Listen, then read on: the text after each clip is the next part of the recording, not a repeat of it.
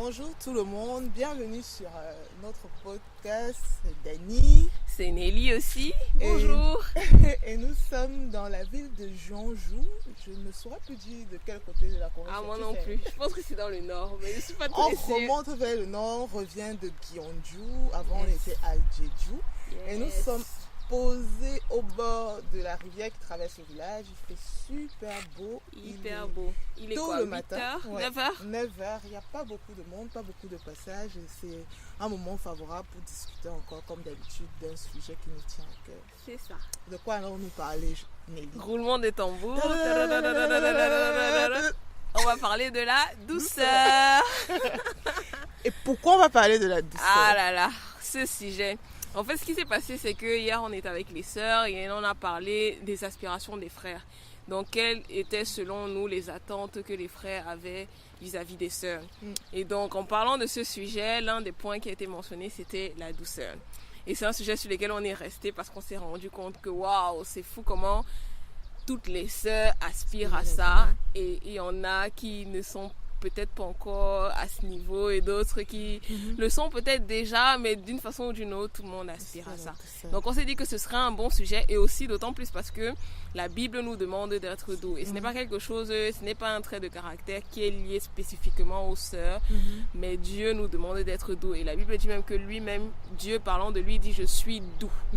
Et donc c'est vraiment quelque chose que Dieu veut qu'on ait et c'est des sujets qui je pense est bon à aborder. Ok.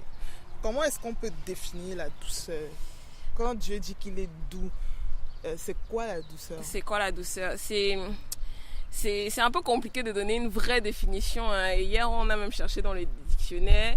Et si je me souviens bien, le dictionnaire disait que quelqu'un de doux, c'est quelqu'un qui procure un plaisir délicat. Et moi, quand je pense à la douceur, je pense particulièrement au miel.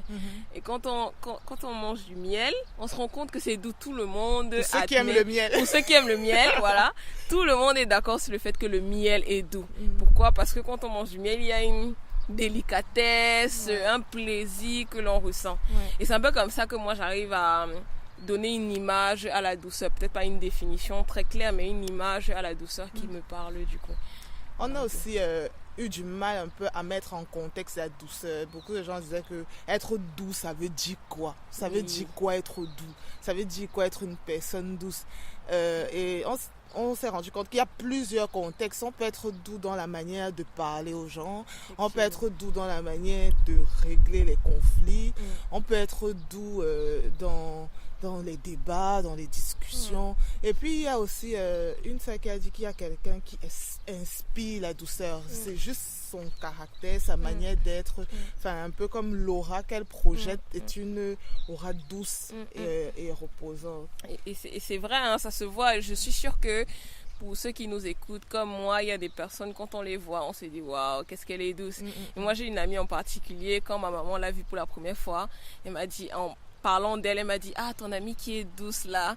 Donc c'est vraiment quelque chose qui, je pense, la caractérise et pour lequel on est plus ou moins tous unanimes sur le fait qu'elle est douce, cette personne-là. Et bon, c'est dans son caractère, dans sa façon même dans sa façon de te toucher, c'est doux, dans sa façon de parler, c'est doux. Donc voilà, il y a plusieurs façons de manifester ce caractère-là. Je pense que l'un des moyens les plus répandus, c'est vraiment dans la façon de parler, dans le langage, les mots qu'on emploie, le ton qu'on emploie quand on parle aux gens.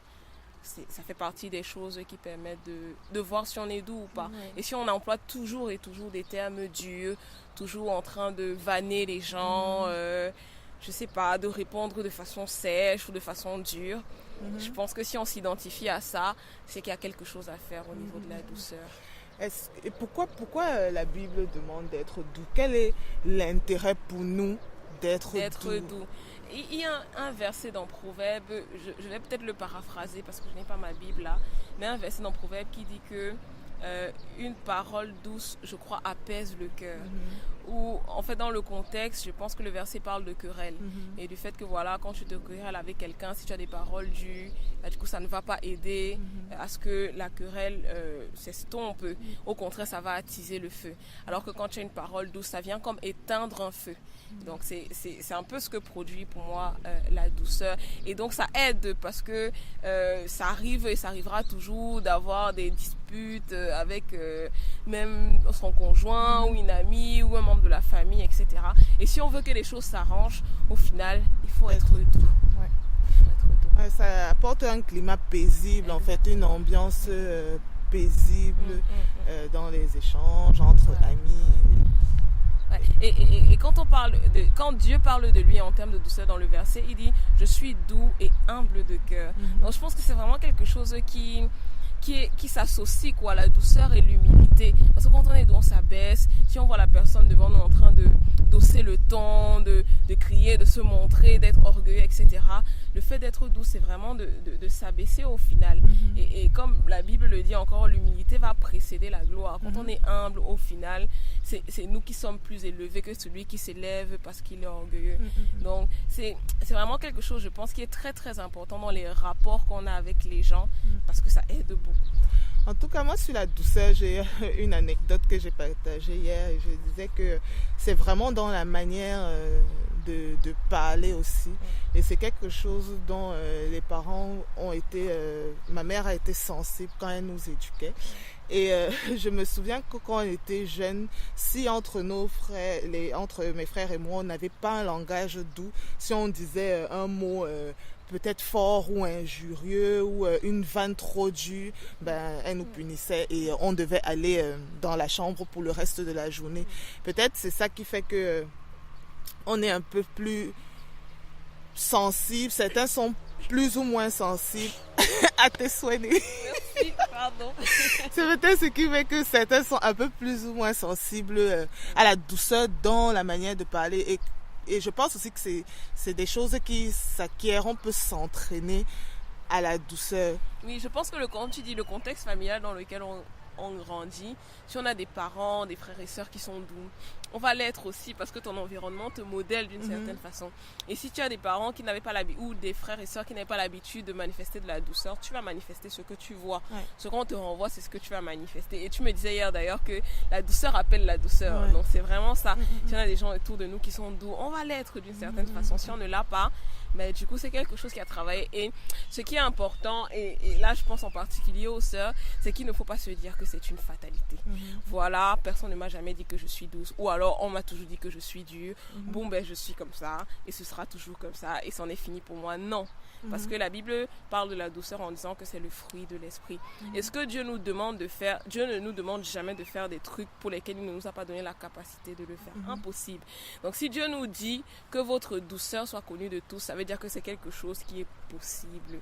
Ça veut peut-être dire qu'on a de la douceur en nous, mais qu'on ne l'exprime peut-être pas assez ou souvent. Et oui, je pense qu'il y a matière à s'entraîner, un peu comme toutes les autres choses pour lesquelles on essaye de se perfectionner. C'est pas un sujet dont il faut baisser les bras, comme tu dis.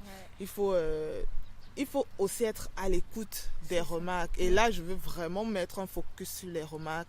Je crois qu'on est peut-être dans des contextes où on manque de tact pour reprocher, exhorter ou s'édifier les uns les autres. Et qu'il y a beaucoup de ça revenait même dans les témoignages qui ont été blessés par des remarques concernant leur douceur.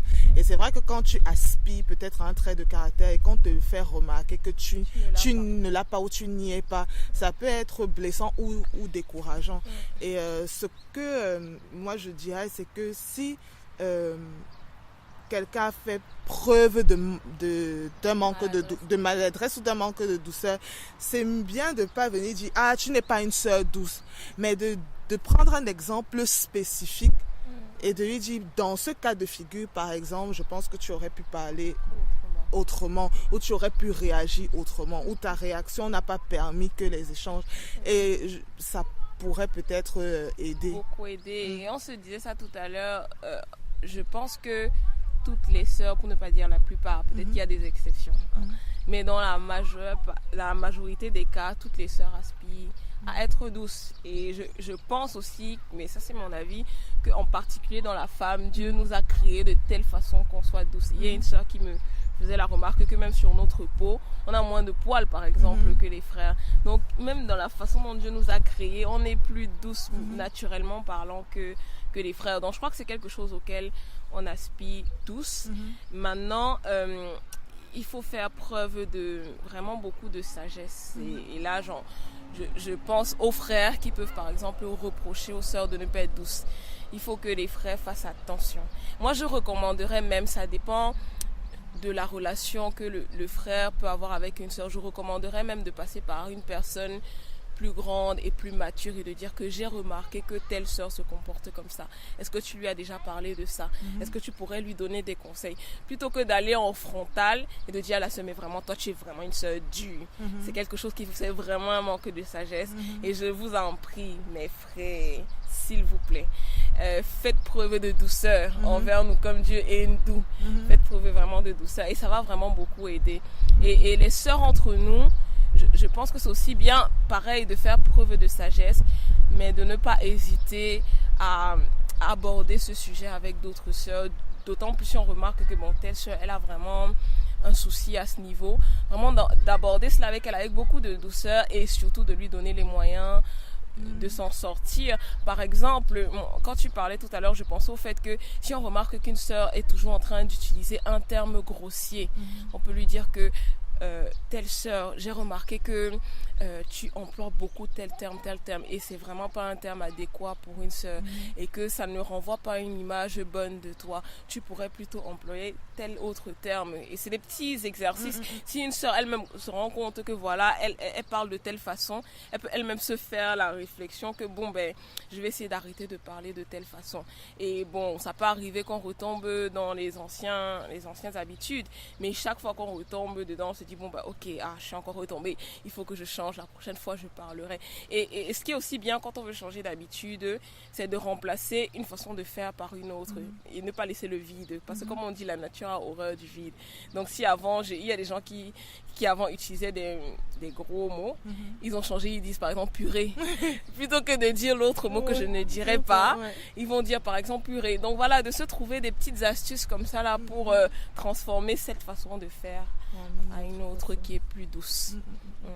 Voilà un peu ce que je pourrais dire. Et puis, un point qui est aussi très important, on le disait, c'est la douceur fait partie des fruits de l'esprit. Dans Galates 5, 22, quand Paul le cite, il parle de l'amour, la joie, la paix, etc. Il parle aussi de la douceur. Et si on parle de fruits de l'esprit, un fruit, ça naît d'abord d'une graine. Donc Dieu a, comme la Bible dit, Dieu a mis en nous le Saint-Esprit. Donc c'est quelque chose qui est déjà là et qui doit être manifeste. Et pour que ce soit manifeste, entre autres, il faut passer du temps dans la présence de Dieu et dans la méditation de la parole et dans la prière. Et plus on le fait, c'est comme une plante qu'on arrose et qui au final grandit.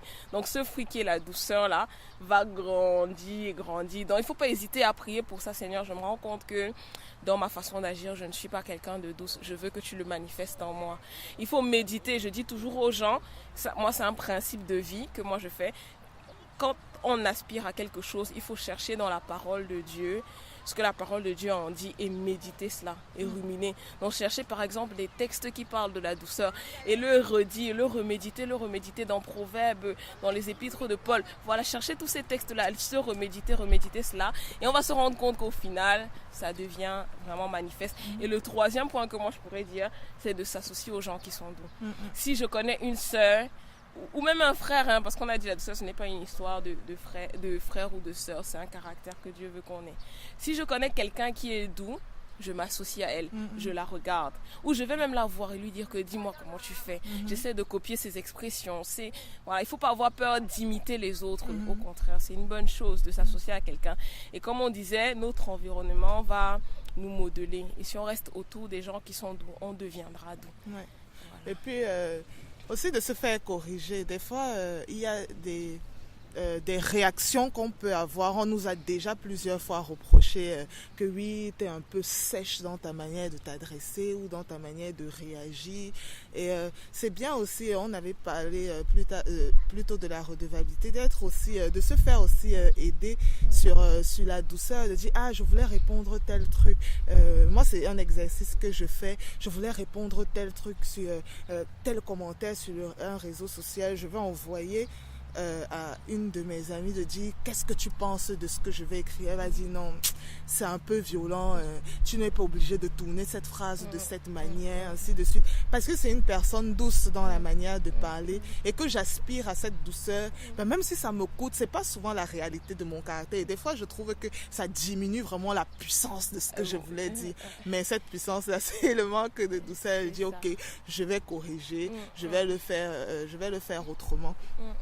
Et voilà, je pense vraiment que on peut s'entraîner, on peut s'entraîner, on peut copier les éléments de langage, on peut essayer de voir ce que les autres font comme tu as dit et de s'entourer de personnes qui parlent. Exactement. Et j'ai remarqué qu'on a souvent du mal à imiter les autres parce qu'on a l'impression que c'est se rabaisser que d'imiter.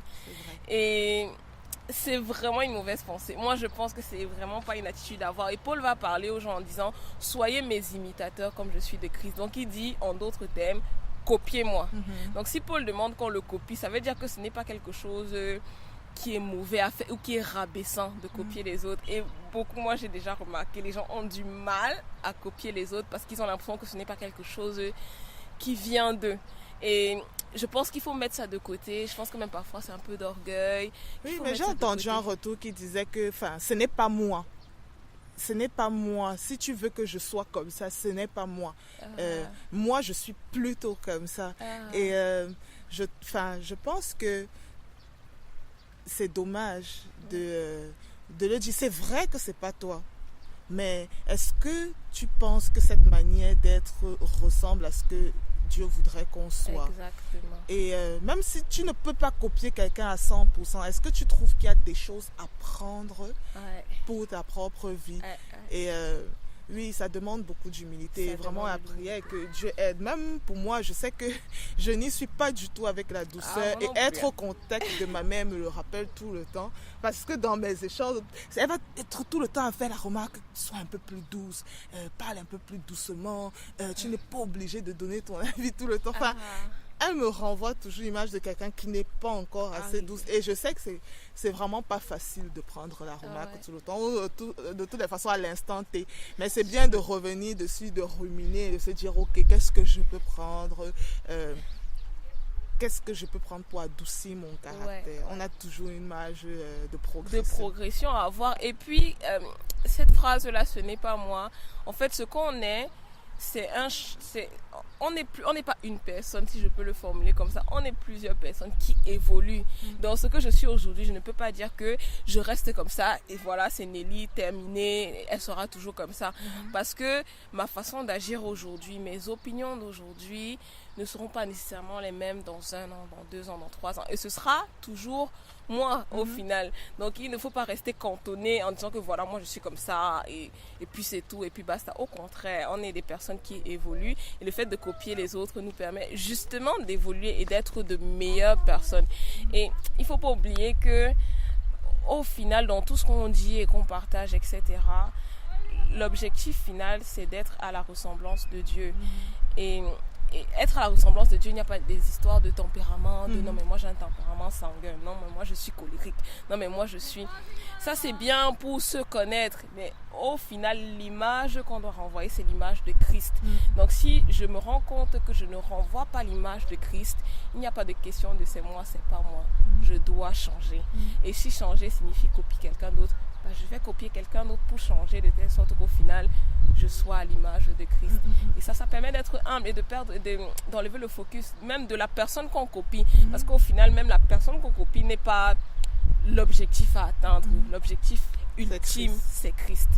Et c'est ça qu'il ne faut pas oublier. Quand je reprends l'exemple de Paul, il dit soyez mes imitateurs comme je le suis de Christ. Donc au final, la finalité, ce n'était même pas Paul lui-même, c'était Christ. Et c'est ça qu'il ne faut pas oublier dans la copie. Et ça nous permet de relativiser sur l'impression de ne pas être soi. Non, je pense que ça aide de penser comme ça. Je propose qu'on prie pour ce sujet. C'est vrai que il y a tellement de choses à faire. La route est encore longue sur ce chemin de la douceur. Et vraiment, si quelqu'un se retrouve dans ce qu'on a dit, dans ce qu'on partage, franchement, au-delà de ce qu'on peut faire, c'est vraiment Christ en nous qui nous façonne, qui nous modifie, qui nous change. Et c'est lui qui dit qu'il mènera cette œuvre qu'il a commencée en nous parfaite pour sa venue. Amen. Et vraiment, je propose qu'on prie pour ça. Amen. Seigneur Jésus, nous voulons vraiment te dire merci pour les échanges qui apportent la vie. Seigneur, nous voulons te dire merci parce qu'au contact les unes des autres et les uns des autres, on peut saisir en fait des bouts de ton image. Et Seigneur, nous voulons te ressembler davantage. Et nous avons parlé de la douceur. Seigneur, merci parce que tu as déjà façonné certains traits de notre caractère pour les adoucir. Mais Seigneur, nous savons qu'il y a encore de la marge de manœuvre. Seigneur, nous te prions déjà même de venir guérir toutes nos blessures concernant ce sujet, les remarques qu'on a essuyées, Seigneur Jésus, qui ont eu un dépôt négatif en nous et qui nous ont peut-être même bloqués ou rendus réfractaires à cette recherche de la douceur. Seigneur, nous voulons te prier afin que tu effaces et que tu penses ces plaies.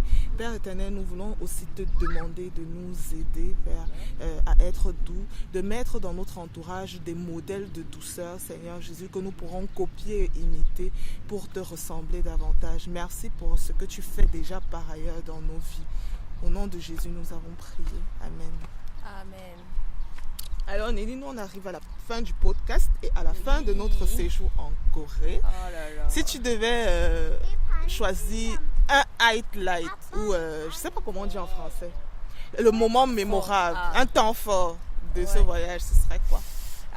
Moi le temps fort que je choisirais, c'est quand on a rencontré la coloc de Christella et tout ce qu'ils ont fait pour nous le premier jour. Ça m'a vraiment marqué. Quand ils nous ont offert des petits cadeaux, je me suis dit Moi en contexte que c'est un couple coréen. Ah oui, pardon, j'avais oublié. Oui, donc alors on est un groupe de 8 pendant ce voyage et il y a une parmi nous qui avait déjà été en Corée et qui était en colloque avec une de ses amies qui du coup nous recevait pour une journée. Une journée, voilà. Et donc c'est un couple coréen, je ne sais pas quel âge ils ont, peu importe, plus de la trentaine. Et donc ils nous recevaient dans une petite ville qui s'appelle Goji. Donc on est arrivé là-bas et ils ont fait tellement de choses. Moi je me suis dit, waouh Seigneur, comment est-ce qu'on peut être autant hospitalier? Et l'un des moments qui m'a vraiment marqué, j'en ai versé quelques larmes, c'est quand ils nous ont offert des petits cadeaux, donc c'est des petites tasses. Et je me suis dit, waouh, comment est-ce qu'ils ont fait pour penser à tellement... Ils ont fait plein d'autres choses pour nous. Ils ont payé le resto, ils ont voulu payer la... Enfin bon, bref, ils ont fait plein d'autres choses. Mais je me suis dit, waouh, Seigneur, quelle attention de nous donner des petits cadeaux comme ça pour qu'on reparte avec un souvenir. Ça m'a tellement marqué. Pour des inconnus que nous étions pour eux, ils ont manifesté beaucoup d'amour. Et je me suis dit, waouh, Seigneur, je n'y suis pas encore. Et il faut que je copie. Comme on parlait de la copie, il faut que je copie ça. Donc c'est l'un des moments forts vraiment qui m'a beaucoup challengé pendant ce moment. Ok. Moi c'est dimanche dernier. Pareil, il y a aussi ce couple dans l'histoire, mais juste la journée de dimanche, c'était une journée vraiment bénie de se dire qu'ok, on est passé devant une église presbytérienne baptiste samedi, ben on va y aller dimanche pour faire le culte. Et l'accueil qu'on a reçu, autant dimanche d'avant, on était venu justement avec la colloque de Christella, on était dans un cadre où on venait avec quelqu'un de l'église, mais là, pas du tout, on était vraiment des touristes qui entraient dans une église un dimanche pour servir Dieu. Et on a reçu, mais vraiment tellement d'amour. On s'est senti vraiment dans la maison du Seigneur avec des frères et sœurs en Christ. Et moi, ça m'a vraiment fait réfléchir sur ma manière d'accueillir les gens à l'église. Est-ce que je projette vraiment cette notion d'accueil? Et puis le fait qu'après, sans que quelqu'un nous connaisse, cette maman qui nous a invités à venir manger, partager le repas du dimanche avec tous les frères et sœurs en Christ. Et puis pareil au culte des jeunes, d'être accueillis aussi pareil, qui s'asseyent autour de la table, de dire alors, d'où est-ce que vous venez, pourquoi vous êtes là, quelle est votre histoire avec Christ, comment est-ce qu'on peut vous aider pour la suite du voyage. J'ai trouvé ça vraiment impressionnant et challengeant. Et que dans l'après-midi, justement, la colloque de Christella et son mari nous reçuprennent.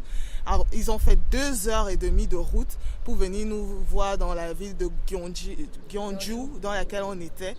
Et voilà, c'était vraiment une journée bénie et vraiment témoignage de la grâce et de la faveur de Christ. Amen. Amen. Amen. Ok, on va vous laisser. On a partagé un peu de notre voyage et un peu du sujet de la douceur. N'hésitez pas à nous faire des retours sur ce qu'on a dit. C'est nos premiers podcasts, donc on les fait vraiment pour tester et on a soif d'apprendre. Oui. Donc n'hésitez pas si vous avez des choses à dire, à redire, des témoignages sur la le douceur. fond comme sur la forme. Exactement. N'hésitez pas à nous contacter dans une adresse qu'on vous dira. Toujours en route l'adresse. Toujours en route l'adresse, voilà. Soyez beaucoup bénis. Vraiment que le Seigneur nous bénisse. Amen. Amen. À bientôt. À bientôt.